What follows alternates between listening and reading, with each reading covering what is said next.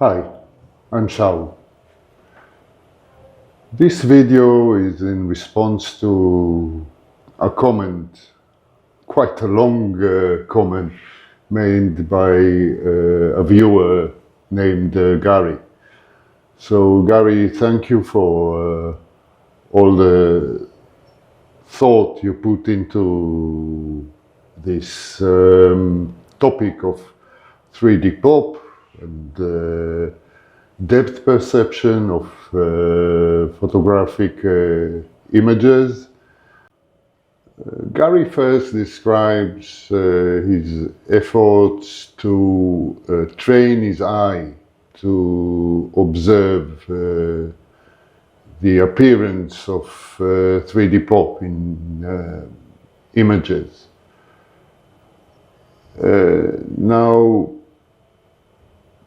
you must understand that the actual appearance of 3D pop, of an object standing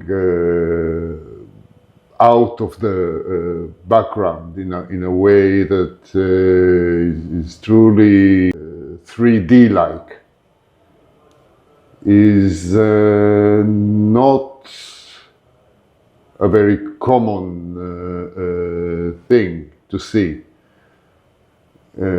Actually, it's quite rare to encounter a photograph that clearly displays this quality. Now there are more subtle cues, like the ability to judge distances correctly, or the ability to judge volume of objects, or by the curvature of their surface. These are much more common. Now, of course, we are talking about an illusion because all photographic images are flat, they are 2D. But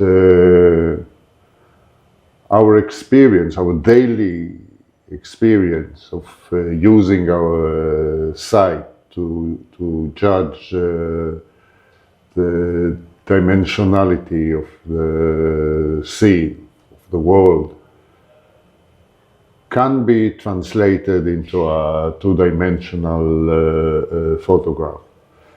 The thing is that it depends not only on the photograph, but on the viewer, because it's an illusion, it's an optical illusion, and our brains are wired a little bit differently, so the way we perceive this quality varies between different observers or different viewers. Or some of us may observe this effect more readily than others. And just to demonstrate it, I put up a little poll. I'd be grateful if you have a look at it and try to judge an image and tell me whether you can spot an object standing out of the background. This is not something I usually do, but I would be grateful if you share this poll with your friends or family members, because we need a large sample of observers to represent populace in a convincing manner. So please refer to the link in the description below.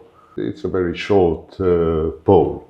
What I have observed is that to recreate this effect, you need two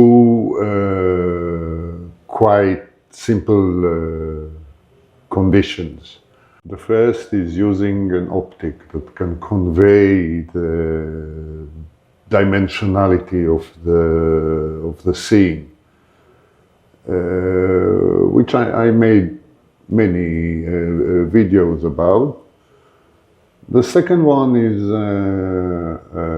having a background that is loosely repetitive pattern. My hypothesis is that if those two conditions are met, looking at the image will trigger a sympathetic response in our nervous system, and that will allow us to see this 3D pop effect. The sympathetic response stems from a structure in our brain that is called the amygdala, which is a very primitive part of our nervous system, and it actually shuts off our thinking mind. So there is very little cognitive process involved in it. This is why I think training your eye to see this effect of dimensionality is quite futile, because it doesn't involve learning or thinking. It is an autonomous part of our nervous system, and you either readily see it or you don't. Depends on how your brain is wired. Gary cleverly suggested looking into the work of artists to understand which techniques they use in order to delude the viewer's eye into believing that three-dimensional scene or composition. Now, I'm not an expert on this, but I know that there are two general techniques to achieve this. First one is a macro technique, which uses linear perspective, or the vanishing point. It uses the principle that closer objects appear larger to our eyes than further away objects. The other technique is a micro technique, which uses shading in order to describe the variation of light reflection from objects. Now, this change in light reflection creates the effect of curvature, of giving volume to objects. And this is exactly what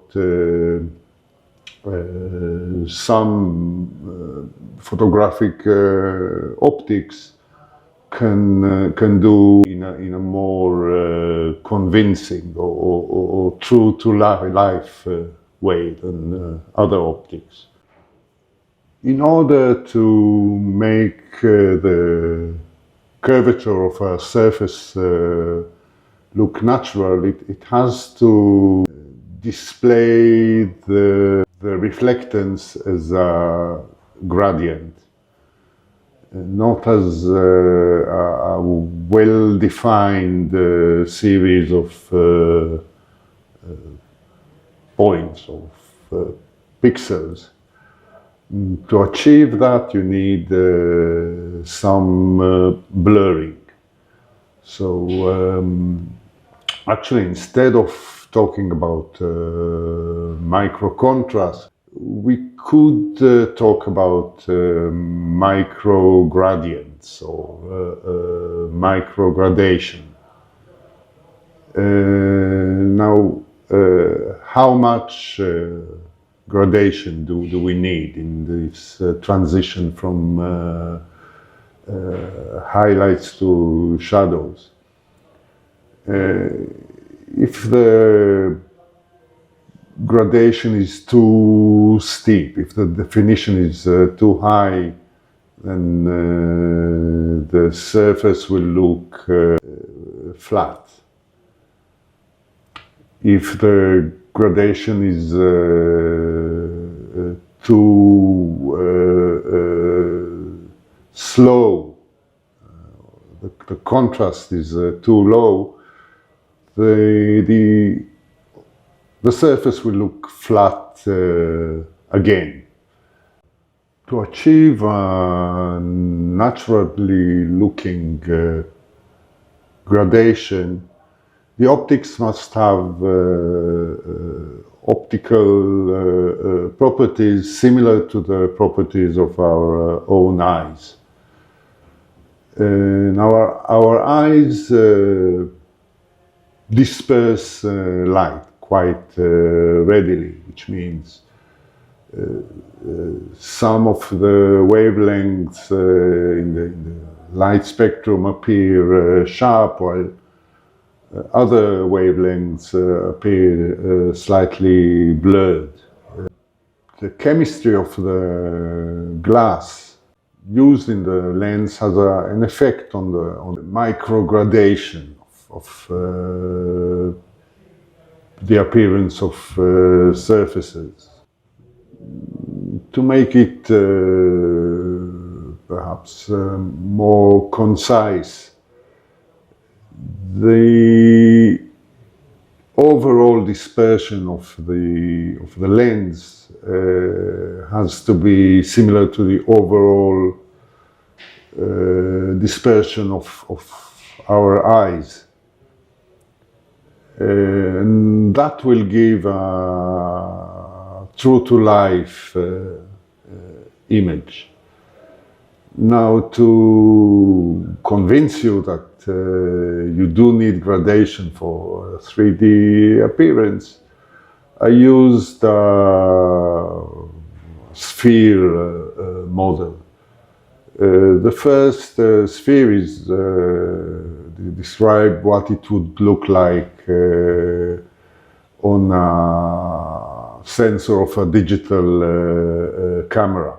This circle doesn't look very three-dimensional to us, but if you blur it, you start seeing the appearance of depth.